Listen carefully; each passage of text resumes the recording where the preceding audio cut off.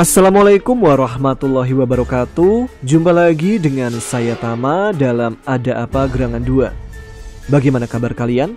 Semoga selalu diberikan kesehatan dan juga rezeki yang cukup. Kita jumpa lagi di episode Ada Apa Gerangan 2, di mana saya di sini akan membacakan beberapa kisah-kisah mistis bersambung. Dan kali ini ada sebuah kisah yang dialami oleh Tatang ketika menjadi seorang sopir ambulan. Sebuah pekerjaan yang berhubungan dengan sesuatu yang dekat dengan kematian, yang pastinya walaupun sedikit-sedikit pasti ada sesuatu hal mistis yang dialami. Tapi kita tidak fokus terhadap hal mistis saja, melainkan ada beberapa peristiwa-peristiwa yang mungkin bisa kita jadikan pelajaran atau bisa kita ambil hikmah untuk memperbaiki diri ke depannya. Baiklah, seperti apa cerita dari Tatang kali ini? Langsung saja kita simak. Teman-teman Ada Apa Gerangan, ceritanya mulai dari sini.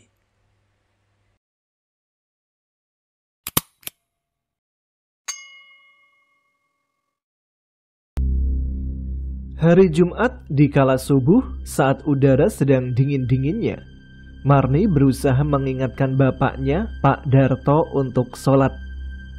"Bapak ngantuk, udahlah jangan ganggu." Pak Darto marah membentak Marni. Marni saat itu sedih melihat bapaknya seperti itu. Dia hanya bisa berdoa, "Ya Allah, mudah-mudahan Engkau bukakan pintu hati bapak hamba, ya Allah." Bu Darto selaku ibu Marni yang mengetahui Marni dibentak oleh bapaknya, menghampiri Marni dengan raut wajah sedih. "Sudah dek, udah. Bapakmu kan udah berkali-kali ibu sama masmu ingatkan, tetap aja ngeyel," kata Bu Darto. "Jangan gitu bu, kita nggak boleh bosan-bosan mengingatkan bapak. Udah beberapa bulan bapak nggak sholat sama sekali," jawab Marni. Mas Pri selaku kakak Marni mendengar percakapan ibu dan adiknya langsung mendatangi mereka. "Ada apa ini? Pagi-pagi kok udah rame?" tanya Mas Pri.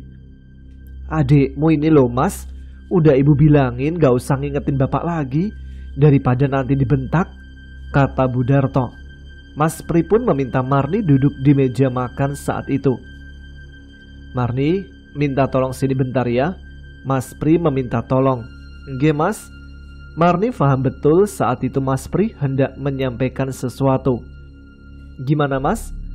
"Dek, kamu kan tahu bapak dulu mudanya non muslim, baru jadi muslim setelah nikah dengan ibu toh."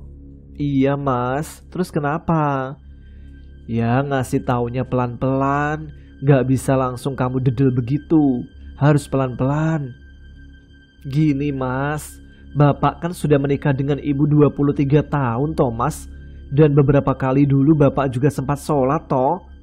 "Iya dek, cuman adek juga harus paham, bapak itu mu'alaf di usia 30 tahun, jawab Mas Pri. "Maksudnya gimana mas?" tanya Marni. "Artinya bapak dari kecil tidak ditanamkan orang tuanya dasar dan keimanan bahwa sholat itu adalah dasar beragama. Beda sama kita," jawab Mas Pri. "Beda gimana?" "Beda dek, kesadaran kita sholat sudah ditumbuhkan ibu dari kecil, sementara bapak masih perlu kita tumbuhkan. Itu pun harus pelan-pelan, di bawah Heaven gitu loh ngasih taunya, biar bapak menerimanya juga enak," nasihat dari Mas Pri. Saat Mas Pri sedang menasihati Marni, Pak Darto ternyata mendengar apa yang mereka bicarakan dari ruang sebelah. Sholat lagi yang dibahas," bentak Pak Darto pada Marni dan Mas Pri. Mas Pri memilih duduk diam, sementara Marni menahan emosinya yang mulai naik.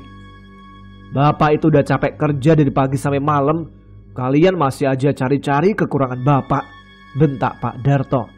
Marni yang emosinya naik berdiri lalu memberitahu Pak Darto. "Pak, sholat itu sebentar, paling lama 15 menit, sehari itu cuma 5 kali, balas Marni. "Kamu apa tahu di kantor suasananya gimana? Bapak kencing bentar aja udah dicari dan dimarahi supervisor. Susah izinnya," Pak Darto memberitahu dengan nada tinggi. Udah Pak, udah. Mas Pri mencoba menengahi. Pak Darto masih terus marah. Saat itu memang dia sedang bekerja di salah satu pabrik milik Korea yang jam kerjanya luar biasa padat. Siang izin sholat, sore izin sholat, malam izin sholat. Apa pimpinannya boleh? Kalau ayah sampai dipecat gimana? Tanya Pak Darto dengan nada tinggi. Cari kerja lain Pak, nanti pasti Allah beri jalan. Jawab Marni ketus. Kamu ngomong begitu enak, yang ngasih makan kalian siapa kalau bapak nganggur? Bentak Pak Darto. Allah kasih jalan Pak, pasti itu.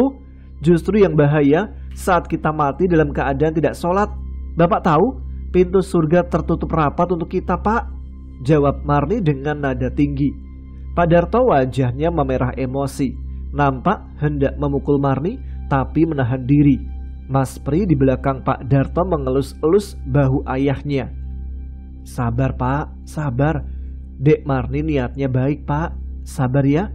Mas Pri mencoba menenangkan bapaknya. Bu Darto yang saat itu sedang memasak di dapur mendengar suasana semakin memanas dari ruang tengah. Dia bergegas menghampiri. Sudah Pak, sudah. Yang rukun gitu loh.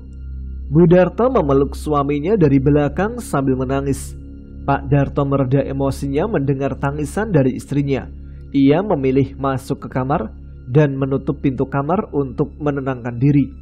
Sementara itu Marni dan Mas Pri bersiap untuk berboncengan naik sepeda motor.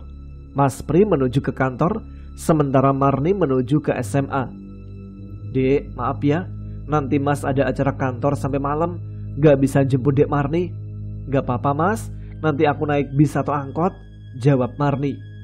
Bu Darto yang saat itu membuat puding dari kemarin malam menawari Mas Pri dan Marni makan. Dek, sarapan dulu, di kulkas juga ada puding, kata Bu Darto. Nggih Bu, jawab Marni dan Mas Pri. Mereka berdua pun sarapan dengan nasi sop yang sudah dimasak oleh ibunya. Saat hendak berangkat ke sekolah, Marni berpesan pada ibunya. Bu, nanti puding coklatnya aku sisain satu ya. Aku makan setelah pulang sekolah. Iya dek, ibu buat 2 mangkok buat kamu sama masmu, jawab Bu Darto. Nggih Bu, makasih ya, aku berangkat dulu. Assalamualaikum. Hati-hati ya dek. Waalaikumsalam. Salam Marni pada ibunya saat itu membekas sekali di hati Bu Darto sampai dengan saat ini. Pak, Bapak, makan dulu Pak. Bu Darto mengingatkan suaminya untuk sarapan lebih dahulu sebelum berangkat kerja. Iya Bu, jawab singkat dari Pak Darto. Nampak saat itu Pak Darto masih cukup kesal dengan perilaku Marni yang terus-menerus mengingatkannya untuk sholat. Bu Darto yang menyadari hal tersebut menuju meja makan untuk mempersiapkan apa yang akan dimakan oleh Pak Darto. Beliau mencoba mendinginkan suasana.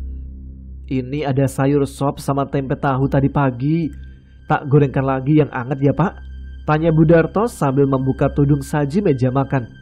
Gak usah Bu, jawab Pak Darto singkat. Pak Darto pun menyantap makanan tersebut dengan lahap. Sementara Bu Darto memakai jilbab dan baju muslimah. Beliau hendak mengikuti rewang-rewang kondangan tetangga satu RT pagi itu. Pak, habis ini aku izin rewang-rewang ke hajatan Bu Yatno ya. Izin Bu Darto. Ya Bu. Piring sendok kotor nanti Bapak taruh mana Bu?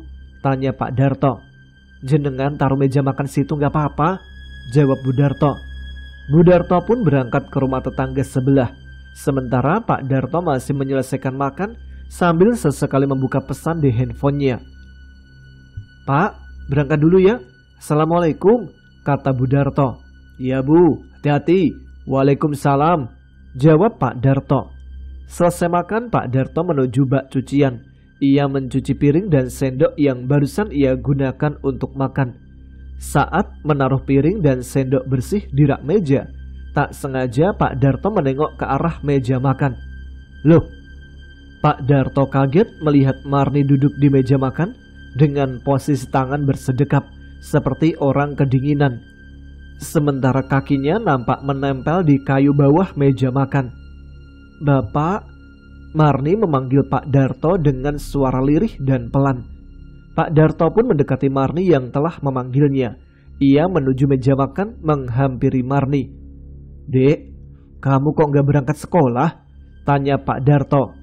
Namun Marni diam beberapa saat, lalu menjawab dengan suara yang pelan dan lirih. "Ada yang meninggal," jawab Marni. Pak Darto yang mendengar penjelasan Marni bingung campur kaget. Ia bertanya kembali untuk memastikan. "Guru atau teman kamu, Dek, yang meninggal?" tanya Pak Darto.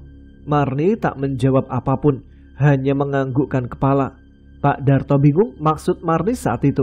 Tapi di sisi lain, dia harus segera berangkat ke pabrik karena sudah mendekati jam masuk kantor. "Bapak mau siap-siap berangkat dulu ya, Dek," kata Pak Darto pada Marni. Marni nampak hanya menganggukkan kepala, tak menjawab apapun. Pak Darto pun bergegas ke kamar berganti pakaian kerja, tidak lupa membawa tas kantor untuk selanjutnya menuju garasi motor. Saat hendak ke garasi motor, Pak Darto melewati meja makan kembali. Nampak Marni membuka kulkas sambil memegang semangkok puding. Marni sempat bertanya pada Pak Darto. "Bapak, pudingnya boleh tak makan?" tanya Marni dengan suara pelan. "Makan, Dek, Ibu buatin buat kamu sama masmu itu. Bapak juga nggak doyan." Marni nampak mengangguk kembali menanggapi jawaban Pak Darto. Pak Darto yang sudah keburu berangkat dan merasa masih ada sedikit rasa kesal pada Marni, langsung menajukan motornya untuk berangkat ke pabrik tanpa berpamitan pada Marni. Saat Pak Darto mengendari motor keluar gang rumah, ia sempat bertanya-tanya dalam hati. "Marni pulang sekolah kok cepet? Yang meninggal guru apa temannya ya?" batin Pak Darto saat itu. Lalu ketika Pak Darto melintasi sekolah menengah atas di area Semarang Selatan, ia nampak melihat beberapa murid SMA mengenakan baju putih celana biru muda. "Marni tadi kok pakai baju batik, bukannya biru muda seperti yang lain?" batin Pak Darto semakin bingung saat itu. Siang itu handphone Pak Darto berbunyi kencang di tengah-tengah meeting kantornya. Ia pun bergegas keluar ruang rapat untuk mengangkat telepon tersebut. "Apa, Bu? Masih rapat ini?" tanya Pak Darto dengan nada pelan. Bu Darto dengan nada tinggi dan perasaan cukup kesal membalas ucapan Pak Darto. "Pak, pintu rumah kok nggak panjenengan kunci toh?" Pak Darto sesaat melihat jam tangannya. Sudah menunjukkan pukul 1 siang. Lalu kembali menjawab telepon dari istrinya. "Loh, kan ada Marni di rumah." "Marni gimana? Orang dia masih di sekolah." Pak Darto cukup kaget mendengar yang disampaikan oleh istrinya.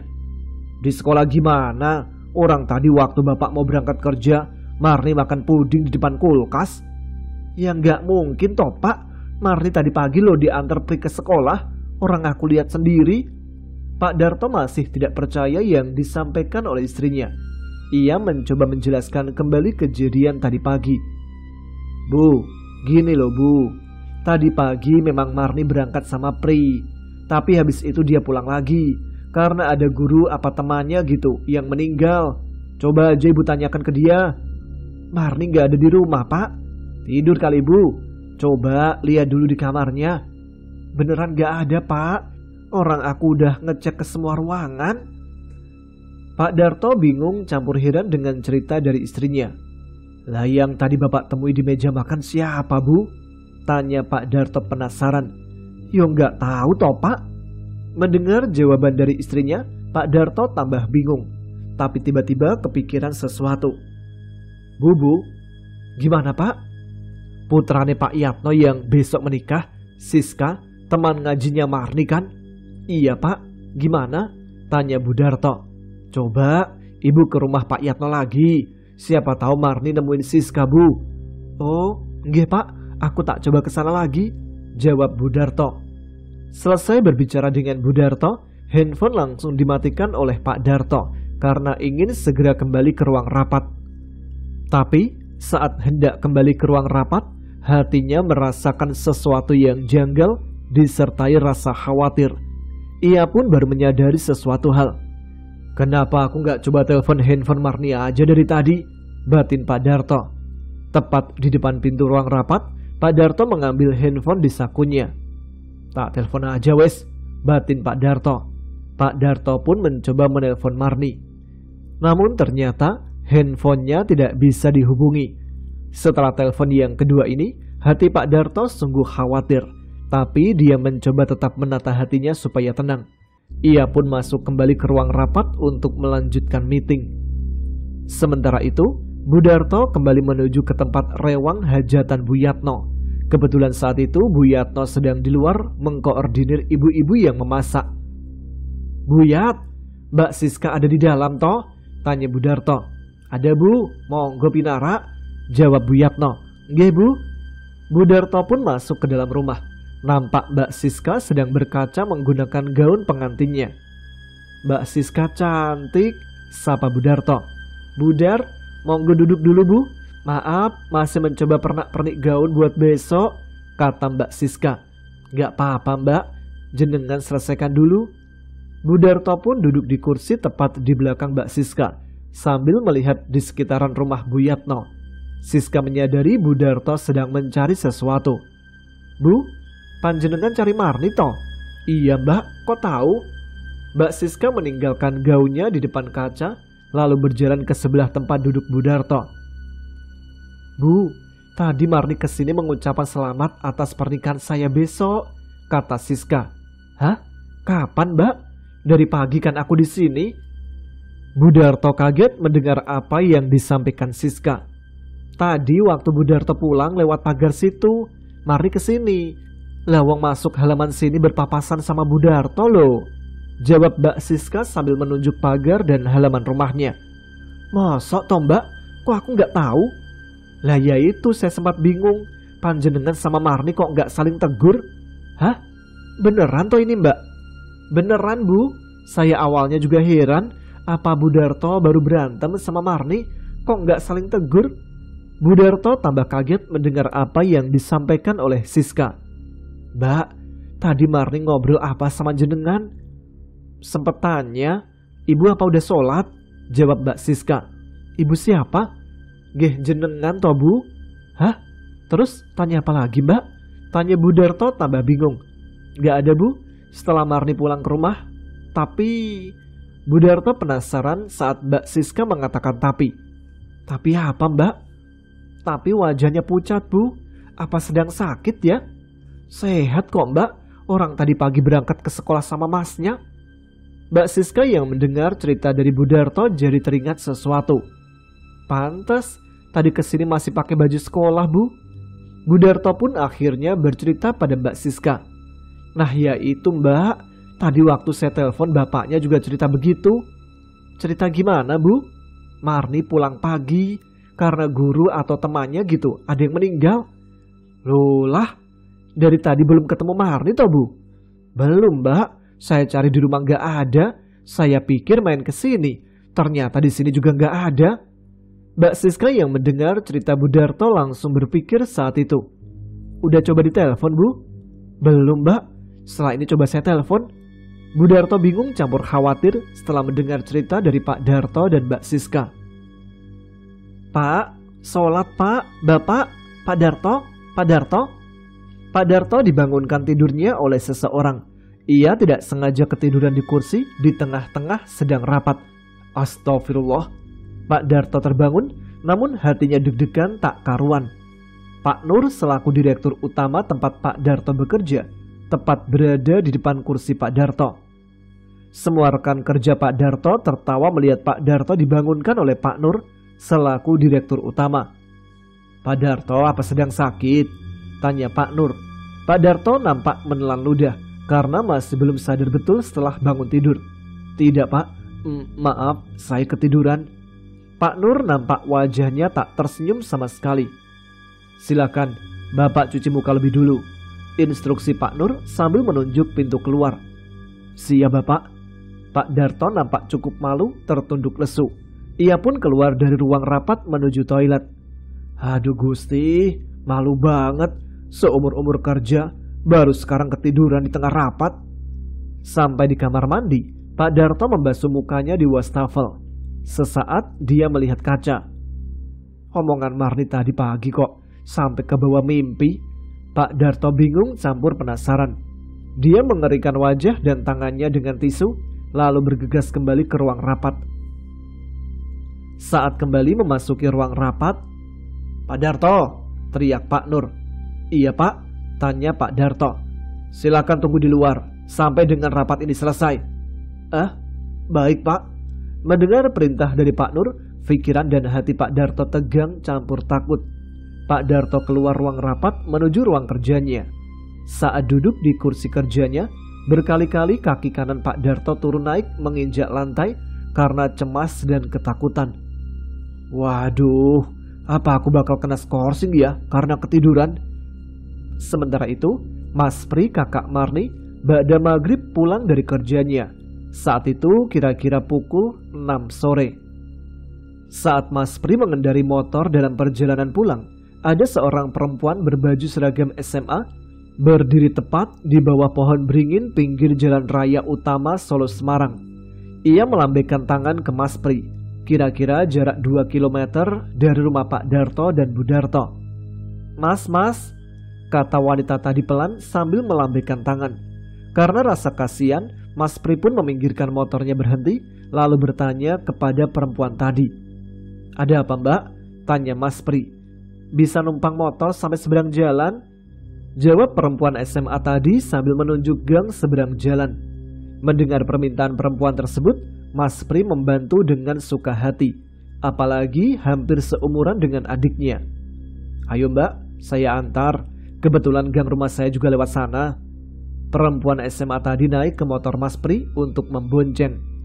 Saat perempuan SMA tadi sudah naik ke motor Mas Pri, tak sengaja Mas Pri melihat lingkungan di sekitar pohon beringin. "Ya Allah, ini kan tempat pemakaman Mbah Uti dan Mbah Kong," batin Mas Pri saat melihat tempat pemakaman umum orang tua dari Bu Darto dan Pak Darto. Mas Pri merasa ada yang tidak wajar. Ia pun mencoba menanyakan kepada perempuan SMA yang dia boncengkan. "Mbak, sampean kan seumuran adik saya. Kelas berapa sekarang sampean Mbak?" Perempuan SMA tadi hanya diam, tak menjawab apapun. Mas Pri pun mencoba melihat spion sebelah kanan motornya. "Apa ketiduran ya Mbaknya? Kok kepalanya menghadap ke bawah?" batin Mas Pri saat itu. Dia mencoba mengajak komunikasi kembali perempuan SMA yang sedang dia boncengkan. Mbak. Dari spion sepeda motor, nampak perempuan tadi kepalanya mulai tegak ke depan, tapi wajahnya tertutup rambut yang panjang, sehingga mata, hidung dan mulutnya tak kelihatan. Mas Pri pun mencoba bertanya kembali. "Mbak, baru pulang dari sekolah ya?" Perempuan yang dia boncengkan tetap saja diam. Mas Pri tambah curiga. Jelas ada sesuatu yang janggal dengan perempuan yang dia boncengkan. Mbak. Mas Pri menegur kembali sambil kepalanya menoleh ke perempuan tadi. Nampak perempuan tadi wajahnya malah membuang muka ke sebelah kanan. Saat itu pula dia berbicara kepada Mas Pri. "Jangan nyebrang lewat sini, nyebrang di depan sana aja," kata perempuan SMA tadi dengan suara pelan menunjuk satu gang di depannya lagi. Mas Pri yang penasaran pun bertanya saat itu. "Kenapa Mbak? Saya nggak boleh nyebrang lewat gang situ." Perempuan tadi berkata dengan suara pelan sambil menunjuk aspal gang jalan yang dilarangnya tadi. "Tadi sore ada kecelakaan anak perempuan di sana, boncengan motor sama temannya." Mas Pri pun cukup kaget melihat bekas-bekas darah di sepanjang jalan yang ditunjuk perempuan tersebut. "Teman sampean toh Mbak yang kecelakaan?" "Bukan, tapi saya tahu." "Tahu gimana Mbak?" "Yang satu hidup, tapi apa Mbak?" "Yang satunya meninggal." "Innalillahi wa inna ilaihi roji'un," kata Mas Pri. Saat hendak menyeberang, Mas Pri pun bertanya kembali saking penasarannya.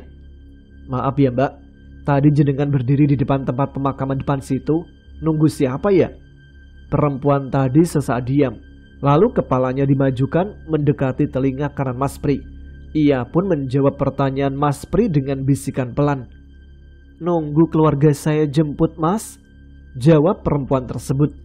Tak tahu kenapa, setelah perempuan tadi berbicara, bulu kuduk Mas Pri berdiri semua. "Apa karena udaranya dingin? Bulu kudukku sampai berdiri," batin Mas Pri saat itu. Mas Pri lantas menyeberang jalan tepat di gang yang diminta oleh perempuan tadi. "Mbak, turun sini ya." Perempuan SMA tadi hanya mengangguk tanpa berbicara. Mas Pri pun mencoba bertanya kembali. Mbak, rumahnya masih jauh toh? Apa saya antar sekalian sampai rumah? Perempuan tadi menggelengkan kepala sambil menunjuk suatu bangunan. Rumah saya situ. Di sekitaran masjid situ toh mbak? Perempuan tadi tak menjawab. Dia hanya menganggukkan kepalanya. Ya sudah mbak, saya pamit pulang dulu ya. Perempuan tadi diam. Sementara Mas Pri menggeber motornya kembali. Saat hendak melewati perempuan tadi yang sedang berjalan, Mas Pri menyapa sambil berpamitan. Mbak, monggo, assalamualaikum. Perempuan tadi tetap tak menjawab, tapi terus berjalan ke arah masjid yang ditunjuknya tadi. Mas Pri pun merasa ada yang janggal. Kok banyak diamnya ya mbak yang numpang bonceng tadi? Mas Pri pun mencoba menengok ke spion melihat perempuan tadi. Loh, kok udah gak ada? Harusnya kan dia masih di sekitar situ. Mas Pri penasaran campur heran. Ia pun memutuskan memutar balik motornya, masuk ke sekitar area masjid mencari mbak yang tadi. Saat masuk ke area sekitar masjid, Mas Pri tertegun dengan apa yang ia lihat. Astagfirullah, ini cuma tembok. Kok ternyata sekitar masjid cuma tanah kosong begini? Mas Pri pun mencoba mengamati lebih mendetail kembali lokasi tersebut, tapi tak menemukan perempuan tadi. Saat itu pula, tak sengaja kakinya menginjak sesuatu di paving sekitar masjid. Ya Allah, kok ada darah di sini? Sementara itu di tempat lain, Budarto membuka pintu depan rumahnya lalu menuju kursi di ruang tamu untuk duduk. Tak coba telepon Marni dulu, batin Budarto saat itu sambil duduk. Budarto mengambil handphone di dompetnya lalu mencoba menghubungi Marni. Namun ternyata handphonenya tidak aktif. Mendengar jawaban di handphone yang tidak diangkat oleh Marni serta melihat jam dinding sudah menunjukkan pukul 6 sore, hati Budarto menjadi cemas campur bingung. Di mana toh kamu dek? Budarto berusaha menata hatinya, mencoba tetap tenang saat itu. Bismillah, mudah-mudahan gak ada apa-apa, batin Budarto sambil berjalan ke arah meja makan. Seketika dia menatap meja makan. Piring sama gelas kotor bapak di mana ya? Budarto mencoba mencari ke wastafel tempat cuci piring. Tampak tak ada piring dan gelas kotor. Sesaat setelahnya, Budarto melihat ke area rak piring dan gelas bersih. Walah, udah dicuci bapak. Saat di depan rak piring, Budarto seketika teringat puding di dalam kulkas yang dibuatkannya untuk Marni dan Pri. Kok aku baru kepikiran? Tadi bapak cerita Marni makan puding di depan kulkas. Kalau benar dia udah pulang, harusnya salah satu mangkok kan kosong. Budarto yang penasaran menuju ke kulkas lalu membuka pintu kulkas tersebut. Loh, Budarto nampak heran. Udah dimakan, tapi kok cuma diambil sesendok aja? Satu puding dimakan sedikit, sementara satu puding yang lain masih utuh. Budarto pun mencoba mencicipi puding yang sudah dimakan satu sendok tadi. Asin. Rasa puding yang sudah dimakan sedikit tadi sangat asin sekali. Budarto pun mencoba puding satunya lagi yang sama sekali belum dimakan. Puding yang ini kok rasanya enak, manis. Budarto keheranan saat itu. Kok bisa beda rasanya? Padahal dari satu baskom.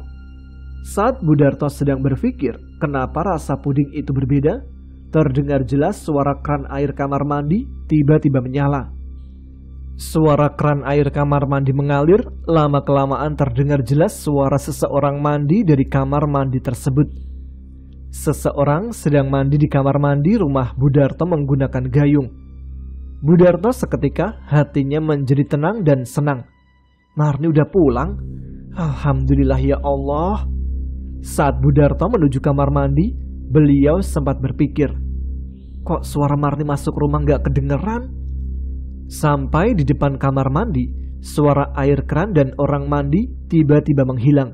Budarto pun mencoba mengetuk pintu kamar mandi tersebut. Dek Marni? Dek Marni? Lagi mandi ya dek?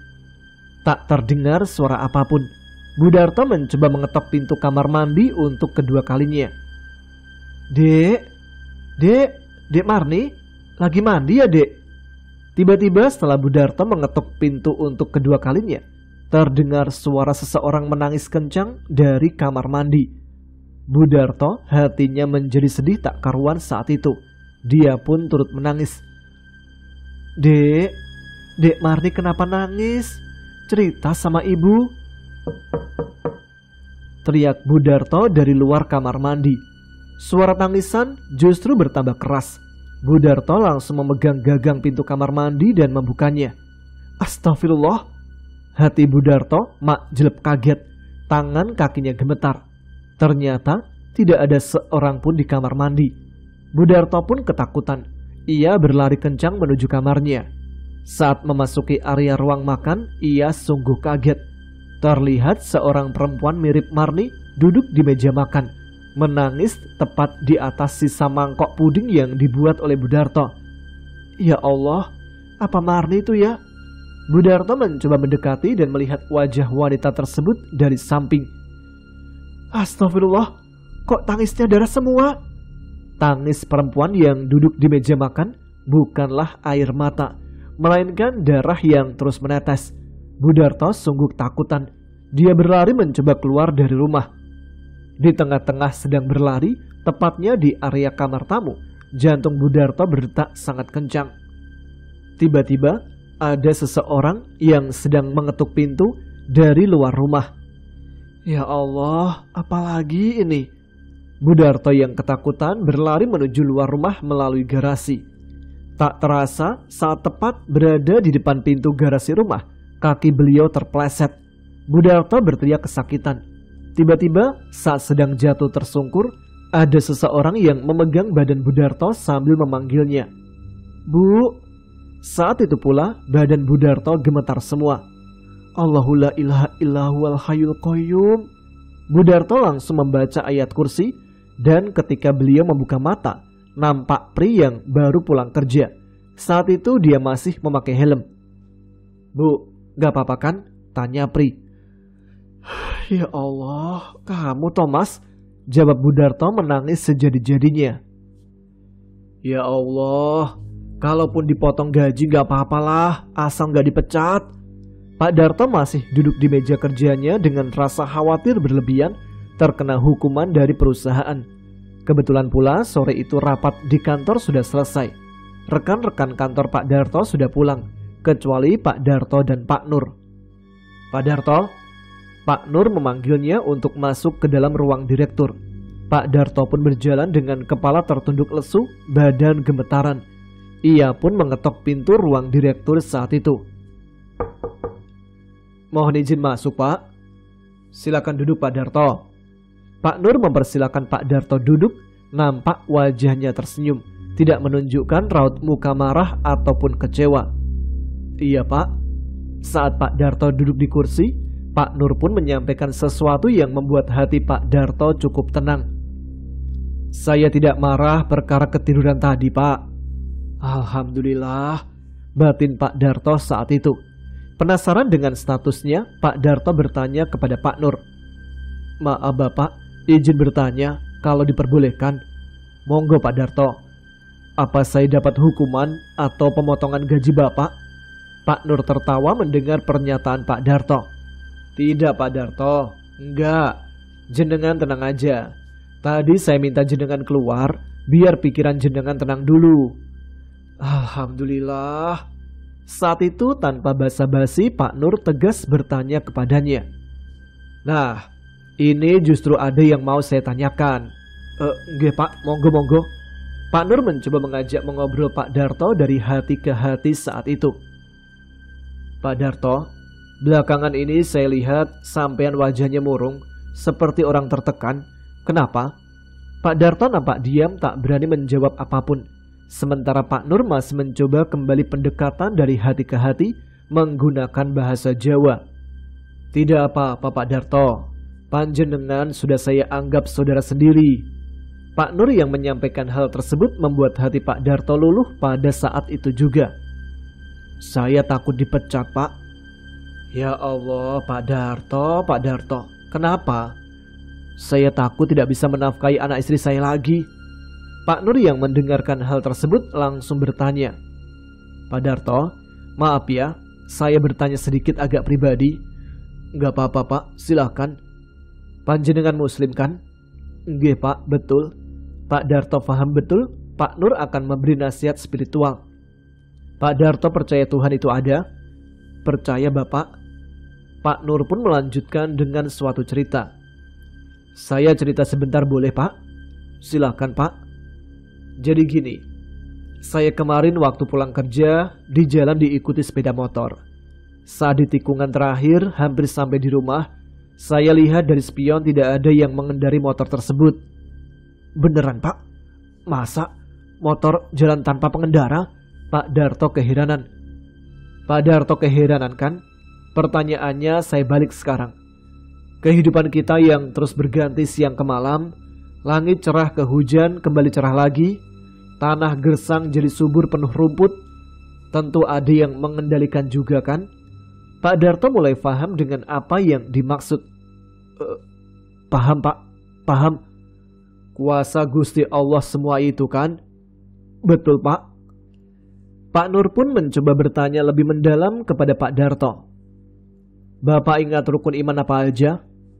"Lupa saya Pak." Pak Darto menjawab tersenyum sambil menggaruk-garuk kepalanya. "Sudah lama soalnya ya, pelajaran zaman SD dulu?" tanya Pak Nur. "Nggih Pak, udah lupa." "Gak apa-apa, saya jelaskan lagi nggih. Ada 6 Pak Darto. Iman kepada Allah, iman kepada malaikat, iman kepada kitab-kitab Allah, iman kepada Rasul, dan iman kepada hari kiamat serta takdir Allah." "Nggih Pak." Pak Darto tadi kan cerita takut dipecat. Betul begitu? "Nggih." "Hubungannya apa Pak dengan rukun iman?" Pak Nur tersenyum sebentar lalu menjelaskan. "Jadi gini Pak Darto. Dari kita sebelum lahir, rezeki, jodoh, bahkan kapan kita mati sudah ditentukan Allah. Tolong dikoreksi nggih kalau saya ada salah ngomong." "Nggih Pak. Artinya dari yang saya sampaikan tadi, Bapak gak perlu ada kekhawatiran seperti itu. Pak Darto paham nggih maksud saya? Intinya saya wajib percaya dengan takdir yang sudah ditentukan Allah Pak." "Betul. Jangan takut dipecat. Rezeki sudah tertakar sebelum kita lahir, tidak berkurang, tidak bertambah." "Nggih Pak." Coba Pak Darto setiap pulang ke rumah, lihat lebih mendalam di jalanan. Mohon maaf, bukan maksud merendahkan. Ada orang yang penglihatannya kurang, kakinya sakit pincang. Mereka masih hidup sampai sekarang kan? Pak Darto pun menjadi merefleksikan diri setelah mendengar cerita dari Pak Nur. "Masih hidup Pak? Benar Pak yang jenengan sampaikan?" "Nah gitu dong. Semangat Pak Darto. Jenengan kerjanya juga bagus kok selama di sini." "Siap Pak. Terima kasih banyak nggih sudah diberi motivasi." "Sama-sama Pak Darto." Saat Pak Darto hendak keluar ruangan, ada satu hal lagi yang masih mengganjal hati Pak Nur. "Bapak, saya izin pulang ya." Sebentar Pak Darto. Saya mau bertanya satu hal lagi." Nggih, gimana Pak?" "Pak Darto saya lihat kok gak pernah sholat di kantor." Pak Darto hatinya langsung makjleb saat mendengar pertanyaan dari Pak Nur. "Kok sama persis yang disampaikan Marni tadi pagi?" batin Pak Darto. Pak Darto pun menjawab dengan agak terbata. "Saya takut dimarahi kalau sholat Pak. Takut dikira membuang-buang waktu produksi." "Astagfirullahaladzim. Jangan mikir gitu Pak. Silakan kalau mau sholat. Tidak ada yang melarang kan?" "Nggih Pak." Pak Nur saat itu merasakan ada sisi idealis dan tanggung jawab yang berlebihan dari Pak Darto. "Gini aja Pak Darto, kalau sampean sungkan sama anak buah, silahkan tambah 15 menit setiap hari kerja buat ganti sholat." "Maksudnya gimana Pak?" "Sholat kan paling 5-10 menit toh Pak. Kalau sungkan ke anak buah, Bapak pulangnya telatkan 15 menit atau datangnya awalkan 15 menit buat ganti waktu sholat panjenengan. Paham nggih maksud saya?" "Nggih Pak, siap. Terima kasih banyak." Pak Darto mendapat pencerahan saat itu. Benar juga ide dari Pak Nur. Baru kepikiran, batin Pak Darto. Saat hendak izin pulang, Pak Darto cukup terenyuh hatinya melihat apa yang dilakukan oleh Pak Nur. "Pak, saya pulang geh." "Monggo, silakan Pak Darto. Ini ada sesuatu dari saya." Nampak Pak Nur memberikan nasi kardus dan box snack makanannya pada Pak Darto. "Saya titip buat anak bungsu jenengan Pak Darto," tanya Pak Nur. "Lualah, boten panjenengan makan saja toh Pak." "Udah kenyang saya Pak, tadi makan bekal makan dari istri saya." "Ya Allah, Bapak malah repot-repot. Terima kasih banyak loh Pak." "Sami-sami Pak Darto. Salam ya buat keluarga di rumah." Pak Nur menitipkan salam ke keluarga Pak Darto dengan wajah tersenyum. Pak Darto pun mulai sadar. "Betul kata Marni tadi pagi," batin Pak Darto. Sebelum pulang, Pak Darto sempat membuka nasi kardus dan box snack dari Pak Nur sambil mengecek isinya. Nasi ayam bakar dan puding, kesukaan Marni. Mudah-mudahan nanti Marni doyan, batin Pak Darto saat itu. "Assalamualaikum." "Assalamualaikum." Tak seorang pun di rumah yang menjawab salam dari Pak Darto. "Kemana ibu dan anak-anak?" batin Pak Darto saat berdiri di depan garasi rumah. Saat Pak Darto hendak mengambil handphone di sakunya, terdengar suara seseorang melangkah dari arah belakang menghampirinya. Terdengar suara seseorang sedang menginjak di daunan. Pak Darto refleks menengok ke belakang. Astagfirullah. Pak Darto kaget, nampak Marni berdiri tepat di belakangnya. "Marni?" Pak Darto menyapa Marni saat itu. Marni pun membalas dengan suara sangat pelan. "Bapak?" Marni menunduk. Wajahnya agak gelap tak kelihatan. Karena saat itu suasana sudah cukup malam. Kurang lebih pukul 6:30 malam. "Kalau mau masuk lewat situ," kata Marni pelan sambil menunjuk ruang tamu. Pak Darto langsung melihat ke arah pintu kamar tamu yang ditunjuk oleh Marni. "Walah, pintu ruang tamunya dibuka toh dek?" tanya Pak Darto sambil mencoba melihat Marni di belakangnya kembali. "Loh, Marni kok udah gak ada?" Pak Darto lantas memarkirkan motornya tepat di depan kamar tamu, lalu bergegas masuk ke dalam rumah melalui ruang tamu. "Loh, dek, kok kamu udah duduk di sini? Bukannya tadi di belakang Bapak?" Marni tak menjawab. Nampak Marni tiba-tiba sudah duduk di kursi ruang tamu. Tak menjawab apapun. Pak Darto pun menyerahkan nasi kardus dan snack box dari Pak Nur pada Marni. "Makasih ya dek. Nasi adek Marni tadi pagi supaya Bapak rutin sholat.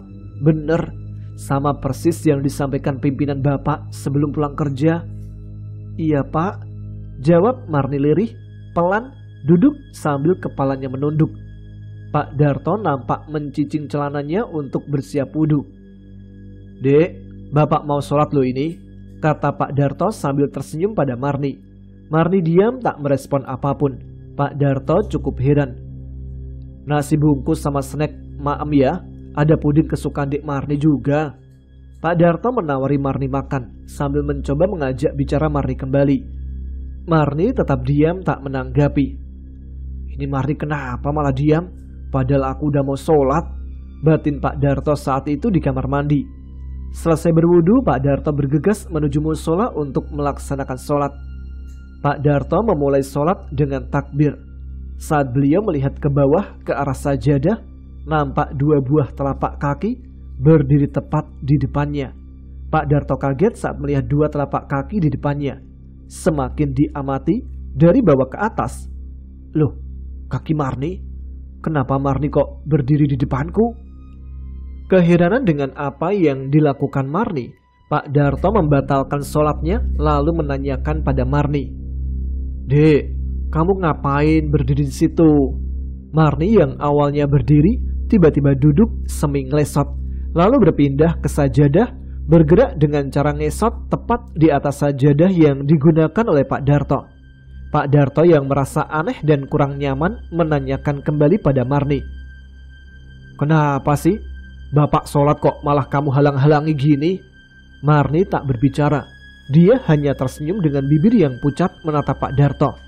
Pak Darto yang merasa tidak nyaman berpindah ke sajadah makmum, tepat di sebelah kanan untuk melaksanakan sholat. Allahu Akbar. Saat memulai sholat kembali, sesekali Pak Darto melirik sajadah yang diduduki oleh Marni. Loh, Marni kok udah gak ada? Kemana dia? Pak Darto tambah keheranan, tapi beliau tetap berusaha fokus. Kira-kira pada saat rokaat terakhir sholat, Pak Darto menutup sholat dengan salamnya dan menengok ke kanan kemudian ke kiri. Saat Pak Darto menengok ke sebelah kiri, astagfirullah, Dek, kaget aku. Marni wajahnya menatap Pak Darto saat salam terakhir sholat, tepat di belakang Pak Darto. Ngapain kamu di belakang, Dek? Marni tak menjawab pertanyaan Pak Darto. Dia malah berdiri lalu berjalan sambil kepalanya menunduk, lalu duduk kembali di kursi kamar tamu. Pak Darto pun menghampiri Marni ke ruang tamu. Kamu sakit, oh, Dek? Marni tak menjawab. Dia hanya menggeleng-gelengkan kepala ke kanan dan ke kiri. Pak Darto yang bingung dengan perilaku Marni mencoba membuka nasi kardus dan snack di meja yang ia bawa. Dek, dimakan toh. Ini ada pudingnya juga loh. Pak Darto menaruh puding tersebut tepat di meja di mana Marni duduk. Namun Marni tetap diam. Ya opo sih Marni ini? Oh, dari tadi dibaikin tetap diam. Bingung dengan perlakuan Marni, Pak Darto mengambil handphone di sakunya, mencoba menghubungi Pri dan istrinya. Saat hendak mencoba menelpon, walah, baterainya habis. Pak Darto baru sadar bahwa HP-nya baterainya habis tak tersisa, mati total. Ia bergegas mengambil charger HP di tasnya. HP tak cas, terus layah-layah, batin Pak Darto. Setelah mencas HP-nya dicolokkan listrik, Pak Darto rebahan di kursi tamu. Marni nampak masih duduk tepat di samping Pak Darto. Dek, nanti kalau ibu sama masmu datang, bapak bangunin ya. Marni baru menjawab saat itu dengan suara pelan. Iya pak. Pak Darto cukup lega. Alhamdulillah, akhirnya Marni gak mogok bicara lagi, batin Pak Darto tersenyum. Sesaat setelah rebahan di kursi tamu, Pak Darto langsung ketiduran. Sementara itu di tempat lain, Pri, kakak laki-laki Marni, berada di rumah sakit andalan Semarang mencoba menghubungi Pak Darto. Namun handphonenya tidak aktif karena baterainya habis. Pri pun cukup kesal dan sedih campur tangis saat itu. Ya Allah, Bapak, kondisi kayak gini kok susah dihubungi sih? Tatang selaku sopir ambulan rumah sakit bertanya pada Pri. Gimana Pak? Bapak saya belum bisa dihubungi Mas. Sementara itu, Bu Darto berada di sebelah Pak Zainal selaku pimpinan Tatang. Kebetulan Pak Darto dan Bu Darto dulu adalah teman satu SMA, satu kelas dengan Pak Zainal juga. Bu Darto air matanya terus mengalir sambil memegang jasad Marni. Almarhum meninggal ba'da asar karena kecelakaan di jalan raya saat pulang sekolah. Marni, jangan tinggalkan ibu toh, Dek. Tangis Bu Darto melepas kepergian Marni selama-lamanya. Sementara Pri duduk di luar ruang jenazah sambil kedua telapak tangannya menutup wajahnya yang sedang menangis. Harusnya aku tadi jemput Marni. Penyesalan dan penyesalan menyelimuti hati dari Pri. Pak Zainal selaku teman dari Pak Darto dan Bu Darto menghampiri Pri. Sabar ya Dek. Iya Pak, tapi saya nyesal. Pak Zainal lantas bertanya kepada Pri. Menyesal kenapa? Kalau tadi sore saya jemput adik saya, dia mungkin masih hidup. Mendengar hal tersebut, Pak Zainal cukup kaget. Astagfirullahaladzim. Istighfar Dek, itu was-was syaiton. Nampak Pri memukul-mukul tangannya ke tembok sambil berteriak. Coba aku tadi pulang duluan, gak usah lembur. Adikku pasti masih hidup. Pak Zainal mengelus-elus punggung Pri sambil memberikan semangat. Allah lebih tahu yang lebih baik buat adik dan keluarga. Semua yang ditakdirkan Allah itu yang terbaik buat kita, Dek. Pri duduk kembali, menangis sejadi-jadinya sambil mengingat kembali kejadian tadi sore di rumahnya ketika mendapat informasi bahwa Marni telah meninggal. Loh, ibu kenapa lari keluar rumah sampai jatuh? Pri bertanya pada Bu Darto tepat di saat dia sedang pulang kerja. Bu Darto menjawab terbata-bata, nampak badannya gemetar semua, seperti ketakutan setelah melihat sesuatu. Ada apa Bu? Cerita ke Pri. jawab Pri sambil membantu Budarto berdiri. Pri pun menuntun Budarto ke dalam kamar tamu sampai dengan beliau duduk. Budarto nampak cemas sambil menengok ke sekitar dalam rumah. "Nyari siapa, Bu?" Pri kembali bertanya karena gerak-gerik ibunya sangat aneh. "Ada perempuan muntah darah di dapur." "Maksudnya gimana, Bu?" Budarto tetap diam tak menjawab.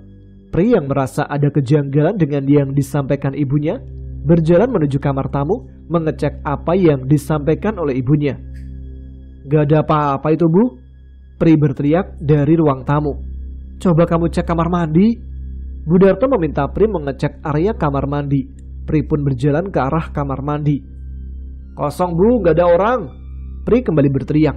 Budarto pun kembali menyaut, "Beneran gak ada, Mas?" "Gak ada, Bu."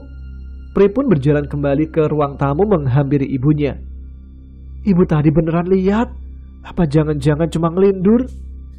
"Ya Allah, beneran perempuan seumuran Marni. Tapi apa, Bu?"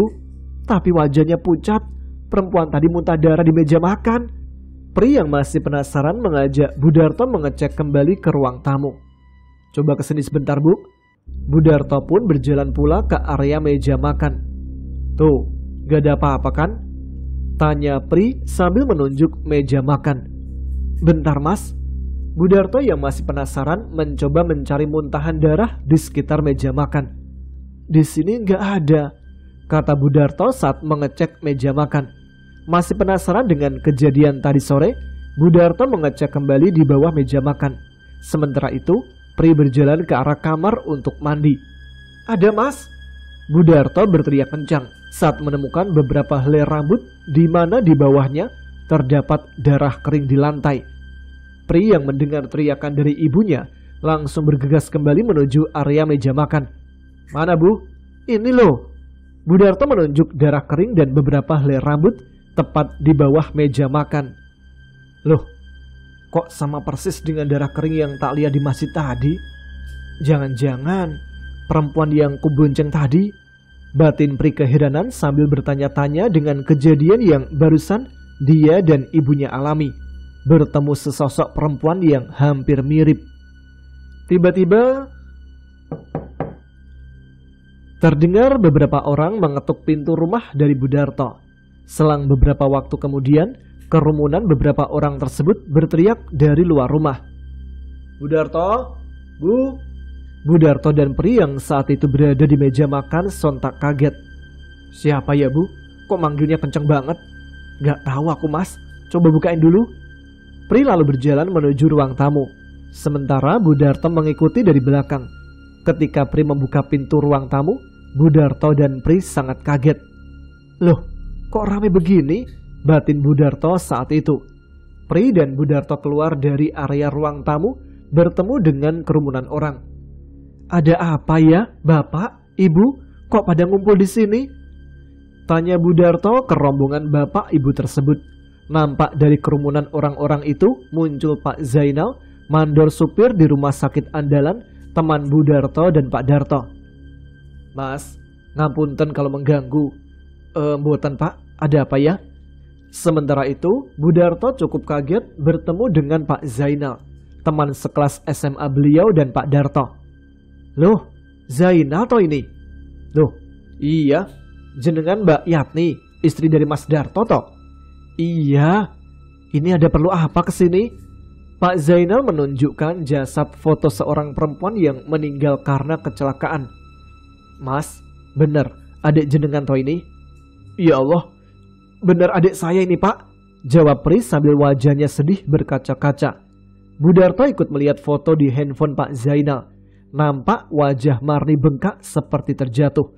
"Marni anak saya ini, gimana ini?" Pak Zainal pun memberi kabar saat itu juga. Mbak Yat, yang sabar nggih. Ba'da asar, putri jenengan kecelakaan lalu lintas di depan jalan raya sana. Kami coba bawa ke rumah sakit, tapi saat di tengah perjalanan, qadarullah putri jenengan meninggal," jawab Pak Zainal sambil menunjuk jalan besar di depan rumah Budarto. Budarto, Pri dan kerumunan bapak ibu tangisnya pecah saat itu juga. "Ya Allah, Marni. Bu Darto menangis berteriak-teriak sambil badannya berguling-guling ke tanah, tak mampu menahan rasa sedihnya. Sabar nggih, Bu Darto, sabar. Kerumunan ibu-ibu memeluk badan Bu Darto sambil mencoba menenangkannya. Mas, tolong kasihkan ini ke ibumu. Pak Zainal memberikan satu plastik tisu ke Pri yang saat itu duduk tepat di sebelah Pak Zainal. Sementara Bu Darto tepat ada di belakang Pri. Saat semua sedang diam, Pak Zainal pun lantas bercerita. Informasi dari saksi mata kecelakaan, adik panjenengan sama temannya sudah nyebrang ke pinggir jalan situ, Mas. Tapi bis yang nabrak terlalu mepet ke kiri jalan, kata Pak Zainal sambil menunjuk sebuah gang di pinggir jalan. Loh, kok sama persis gang yang dilarang perempuan yang bonceng aku tadi? Batin Pri saat melihat lokasi yang ditunjuk oleh Pak Zainal. Hati Pri pun jadi bertanya-tanya. Bagaimana keadaan teman yang memboncengkan adik saya, Pak? Qadarullah meninggal juga, Mas. Barusan saya diberi kabar oleh pihak rumah sakit. Keluarga almarhumah sudah ada di sana. Pri sontak kaget. Loh, meninggal juga, Pak? Iya, meninggal juga. Kenapa, Mas? Pri lantas menjelaskan kejadian yang janggal yang tadi sore ia alami. Tadi waktu pulang kerja, ada perempuan di pinggir jalan situ, Pak, numpang bonceng motor sampai ke seberang sana. Terus gimana, Mas? Dia cerita nunggu dijemput keluarganya. Terus waktu saya antar dari pinggir jalan ke depan gang situ, dia jalan menuju belakang masjid, kata Pri sambil menunjuk lokasi tersebut. Rumahnya di belakang masjid situ, Mas. Nah, ya itu. Setelah perempuan tadi berjalan ke arah masjid, saya cari lagi kok nggak ada, Pak. Hah? Mosok, Mas? Iya, Pak, beneran. Di situ cuma ada tembok, dan yang saya lebih kaget lagi, Pak Zainal yang penasaran mencoba bertanya lagi. Kaget gimana, Mas? Sebelum turun dari motor, dia cerita ke saya, ba'da asar tadi ada perempuan sama temannya baru saja kecelakaan di gang yang jenengan tunjuk, Pak. Sama persis dengan gang yang saya tunjuk tadi, toh, Mas. Jangan-jangan jenengan salah lihat. Beneran, Pak, persis yang panjenengan tunjuk. Pak Zainal nampak diam, bingung harus menjawab apa. Sedangkan Pri kembali bercerita. Perempuan tadi juga sempat cerita kalau ada satu orang yang meninggal, sementara yang satunya lagi masih hidup. Pak Zainal hanya menelan ludahnya sambil hatinya membatin. Perempuan yang satunya memang barusan meninggalnya setelah ditangani rumah sakit. Ternyata Allah berkehendak lain, batin Pak Zainal. Mendengar cerita dari Pri, Pak Zainal teringat kembali cerita Tatang tentang almarhum Franz. Mohon maaf ya sebelumnya, Mas. Apakah anggota keluarga ada yang dinampaki sosok perempuan tadi juga? Ibu dan bapak saya juga, Pak. Bu Darto yang masih menangis sesenggukan nampak punggungnya dielus-elus oleh Pri.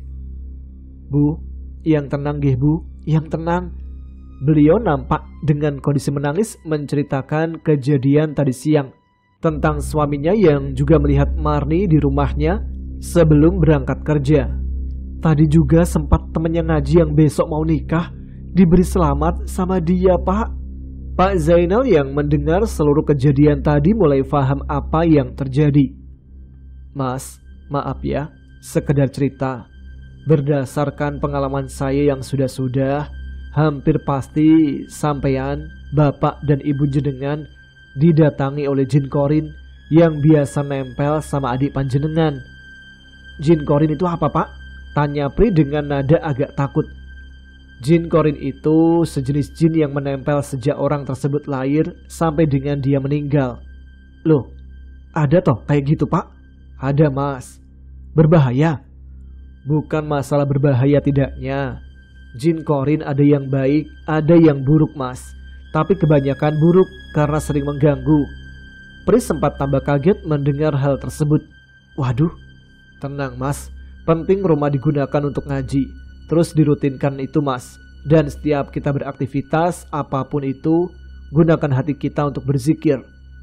Setelah bercerita hal tersebut, Pak Zainal nampak lebih memilih diam sepanjang perjalanan menuju rumah sakit karena suasana sedang sangat berduka. Namun hati kecilnya masih ada rasa kekhawatiran. Putra Mas Darto dan Mbak Yat sudah meninggal. tapi Jin Korin akan tetap hidup. Setelah ini mudah-mudahan tidak akan mengganggu keluarga mereka lagi. Batin dan doa dari Pak Zainal. Sampai di rumah sakit, Pak Zainal mengarahkan Pri dan Budarto menuju ruang jenazah.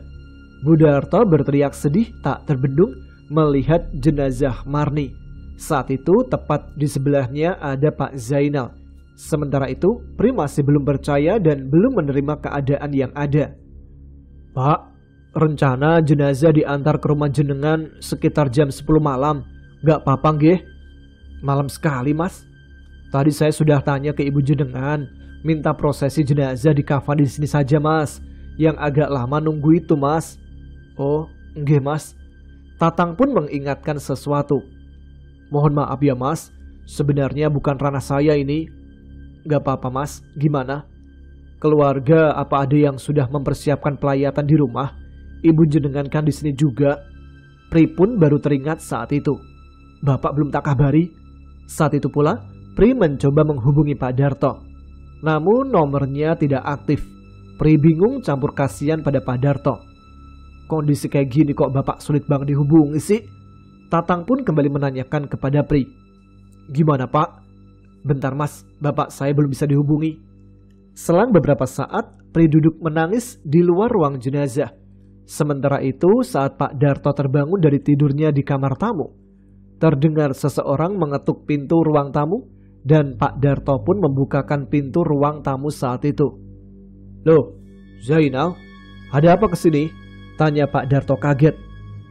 Bentar mas, jawab Pak Zainal.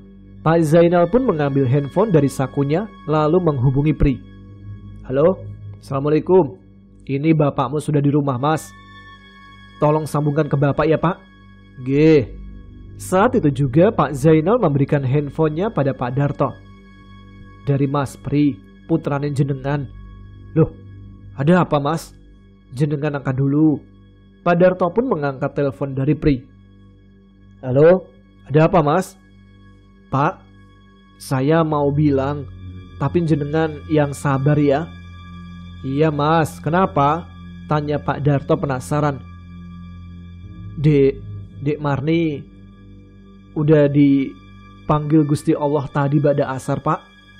Air mata Pak Darto mulai menetes. Mas, beneran ini mas? Mas, ini beneran? Tangis Pak Darto pecah tak terbendung. Handphone tadi dikembalikan ke Pak Zainal. Pak Zainal merasa kasihan pada Pak Darto. Pak Darto berjalan ke dalam rumah, masih belum percaya bahwa Marni sudah meninggal. Dek Marni masih hidup kok. Barusan ketemu saya di depan. Nampak Pak Darto linglung sambil menangis. Sabar Mas Darto, yang tenang ya. Saya kesini mau ngabarin jenengan karena tadi sudah dihubungi. Iya, HP-ku tak cas tadi Nal. Jawab Pak Darto linglung sambil menangis sambil menuju ruang tamu. Nasi kardus sudah dimakan Marni belum ya?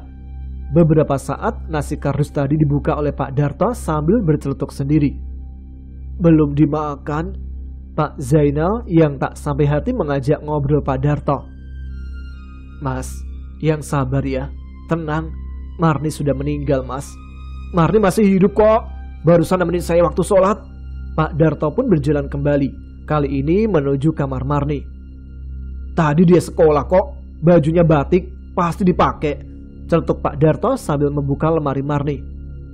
Kok baju batik ada di lemari? Pak Darto nampak berjalan ke ruang tamu kembali. Ia mulai menyadari Marni benar-benar sudah tiada. Badannya ambruk sambil berteriak. Pak Zainal menghampiri dan merangkul Pak Darto. Mas, istighfar mas, istighfar nggih. Pak Darto menangis sejadi-jadinya. Kesedihan berkabut menyelimuti hatinya saat itu. Pak Darto malah berdiri dengan mata melotot sambil marah-marah kepada Pak Zainal. Tak menggubris sama sekali ucapan Pak Zainal. Hus, diam kamu. Marni lagi manggil aku. Saat itu pula Pak Zainal mulai menyadari. Darto dalam pengaruh goib ini. Batin Pak Zainal sudah tidak tenang. Pak Darto berjalan ke meja makan menarik tangan Pak Zainal. Ayo ikut aku, Marni masih hidup. Pak Zainal terpaksa mengikuti langkah Darto karena tangannya ditarik. Dengar Nal, dia lagi manggil aku. Sampai di depan meja makan, Pak Darto tersenyum memandang kursi makan sambil tetap melotot ke muka Pak Zainal. Namun tiba-tiba dia berbicara ke kursi kosong. "Dek Marni, nasi kardus dan snack box di kamar tamu, segera makan ya, takut basi." Pak Zainal sontak kaget mendengar apa yang disampaikan Pak Darto. "Ngajak ngomong siapa sih Darto? Padahal di situ gak ada orang," batin Pak Zainal. Pak Darto menarik kursi makan meminta Pak Zainal duduk. "Nal, kamu duduk sini." Pak Zainal pun menuruti apa yang diminta oleh Pak Darto yang emosinya sedang naik. Beberapa saat kemudian Pak Darto memberi perintah lagi pada Pak Zainal. "Coba tengok sebelah kanan," pinta Pak Darto. Pak Zainal menengok ke kanan, tapi tak melihat apapun. Tapi Pak Darto bersikukuh kalau Marni masih hidup. "Lihat sendiri kan kamu, kalau Marni masih hidup." "Aku nggak lihat apa-apa." Nampak Pak Darto wajahnya justru semakin marah. "Anjing kamu Nal ya. Tadi kamu katakan anakku meninggal. Sekarang kau pura-pura nggak lihat. Padahal dia tepat di sebelahmu. Maksudmu apa?" bentak Pak Darto kepada Pak Zainal. Pak Zainal tidak terima dengan perlakuan Pak Darto. Ia pun menjawab dengan tegas. "Lah aku emang gak lihat apapun. Terus aku harus bilang apa?" Pak Darto tiba-tiba memegang kepala Zainal dan mencoba menggeser kepala Pak Zainal ke kiri. "Ini Su, Marni di sebelahmu," jawab Pak Darto kesetanan. Pak Zainal emosinya pun ikut naik.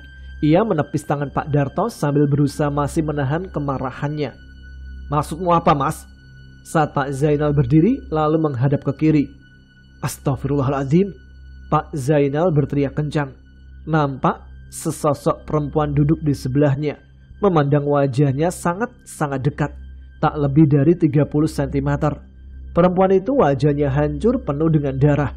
Pak Zainal pun memilih mundur menjauh dari meja makan sambil membaca ayat kursi. "Mas Darto, itu bukan Marni anak jenengan. Coba lihat baik-baik." Pak Darto malah memegang kepala perempuan berwajah hancur penuh darah tadi sambil berkata, "Ini anakku Marni Nal, dia masih hidup." Pak Zainal tambah yakin Pak Darto dalam pengaruh gaib. Dia berlari ke arah dispenser lalu membasahi tangannya dengan air. Pak Zainal membasuh muka Pak Darto dengan air dispenser tadi sambil membaca beberapa ayat suci. "Sadar Mas Darto, sadar." Pak Darto pelan-pelan menjauh dari meja makan. Nampak dia telah menyadari bahwa dia dalam perangkap tipu daya setan. "Ya Allah, ampuni hamba." Pak Darto malah mendekat ke arah Pak Zainal. Di pojok ruang makan tak bisa berkata apapun. Pak Zainal mencoba menepuk lengan Pak Darto yang ketakutan. "Ada apa Mas? Kok pucat begitu?" Set apa Mas?" tanya Pak Zainal yang sebetulnya sudah paham kalau Pak Darto melihat sosok wajah buruk perempuan gaib tadi. "Setan Nal." Pak Darto dan Pak Zainal pun berusaha keluar dari ruang makan. Tapi perempuan gaib itu malah berdiri tepat di pintu menuju ruang tamu. Pak Zainal yang emosi kala itu mengambil kursi sambil membacakan ayat kursi. Lalu dilemparkannya kursi yang sudah dibacakan ayat kursi ke arah perempuan tadi. Makan ayat kursi sama kursi-kursinya." Seketika perempuan yang menyerupai Marni tadi menghilang bagaikan gas knalpot yang berhamburan. Saat itu pula Pak Darto baru sadar dan mengakui, "Benar kamu Nal, anakku Marni sudah meninggal." Pak Zainal pun menepuk punggung dari Pak Darto sambil berkata, "Diikhlaskan Marni yo Mas, mudah-mudahan husnul khotimah." "Iyo Mas," jawab Pak Darto sambil menangis. Proses pemakaman Marni selesai dilakukan. Beberapa pelayat mulai meninggalkan kuburan. Sementara keluarga Pak Darto masih duduk di sebelah pemakaman Marni. "Aduh Gusti, Gusti, anak kulon jenengan pundut." Tangis Pak Darto pecah sambil memeluk makam Marni. Pri dan Bu Darto berdiri pula sambil menangis meratapi kepergian Marni. Tepat 7 hari setelah meninggalnya Marni, atau biasa orang Jawa sebut pitung dinonan, keluarga, tetangga, dan beberapa teman almarhum datang menghadiri acara tersebut, termasuk Sinta dan Rahma, teman dekat Marni. Selesai acara pitung dinonan, Sinta dan Rahma tetap duduk di area rumah Pak Darto. Sinta menghampiri Pak Darto, lalu menyalami model sungkem kepada Pak Darto. "Bapak, kami berdua mau bilang," kata Sinta dan Rahma. Monggo mbak," jawab Pak Darto dengan wajah cukup ikhlas.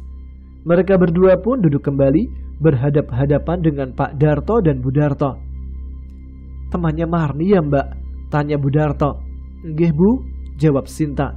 Pak Darto pun lantas duduk dan berbicara kepada Sinta dan Rahma. "Gimana mbak?"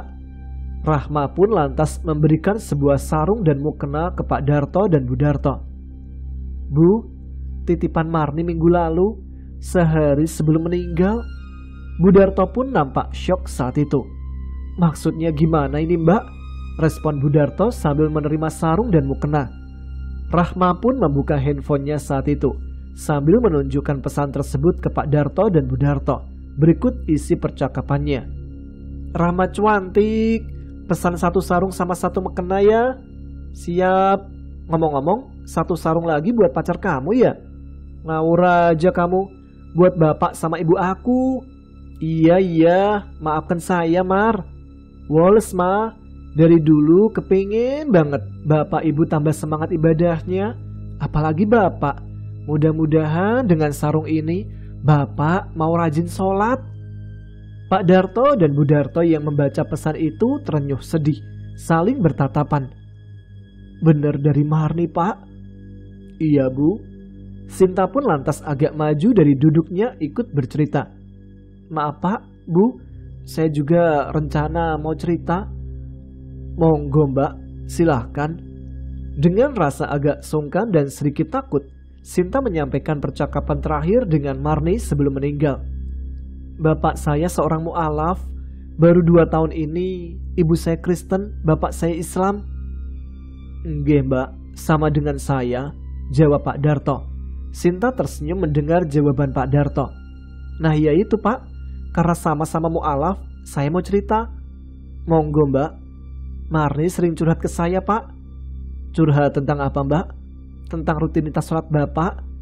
Mendengar jawaban singkat terakhir dari Sinta, Pak Darto hatinya bergetar. "Semua yang saya dan keluarga alami akhir-akhir ini sungguh peringatan dari Allah," batin Pak Darto saat itu. Sinta dan Rahma pun memutuskan pulang ke rumah masing-masing setelah itu. Pak Darto merenung dan memperbaiki diri terus-menerus setelah kejadian tersebut.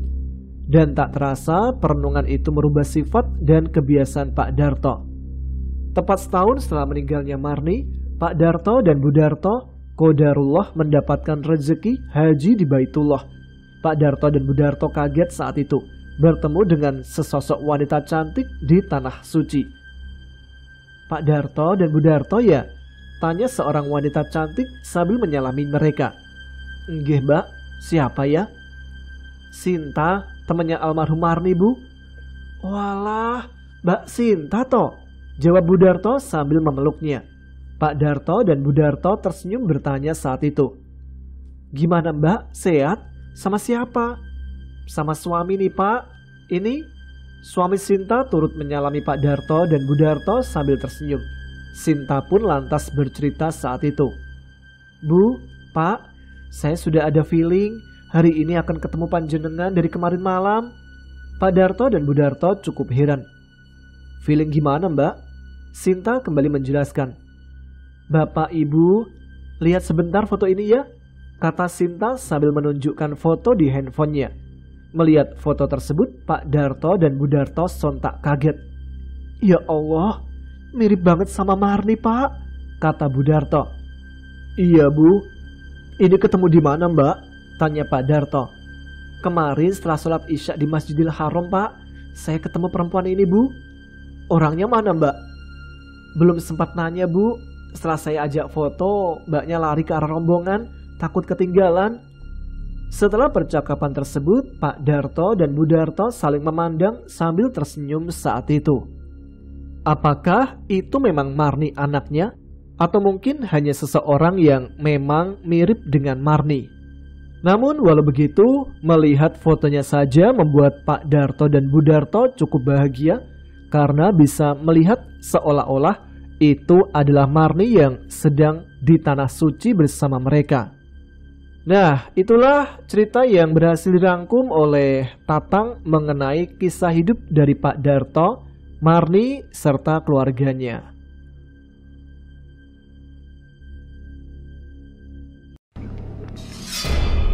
Baiklah, sampai di sini dulu kisah pengalaman dari Tatang ketika menjadi sopir ambulan.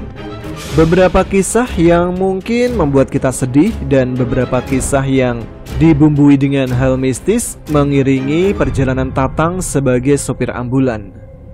Berbagai macam pengalaman Tatang ketika menjadi sopir ambulan mudah-mudahan bisa membuat kita semua sadar ya bahwa kematian itu sangat dekat. Dan mudah-mudahan bisa kita ambil hikmah dari cerita dari Tatang ini. Kebanyakan dari nih. Oke lah, kita lanjut lagi pengalaman Tatang selanjutnya di episode yang akan datang ya. Terima kasih untuk teman-teman yang sudah menyimak episode Ada Apa Gerangan 2 kali ini. Terima kasih yang sudah like, share, dan juga subscribe channel Ada Apa Gerangan. Tuliskan komen juga untuk menunjukkan eksistensi kalian. Saya Tama, saat ini harus pamit. Kita harus tetap semangat, jaga kesehatan kalian semua ya. Wassalamualaikum warahmatullahi wabarakatuh.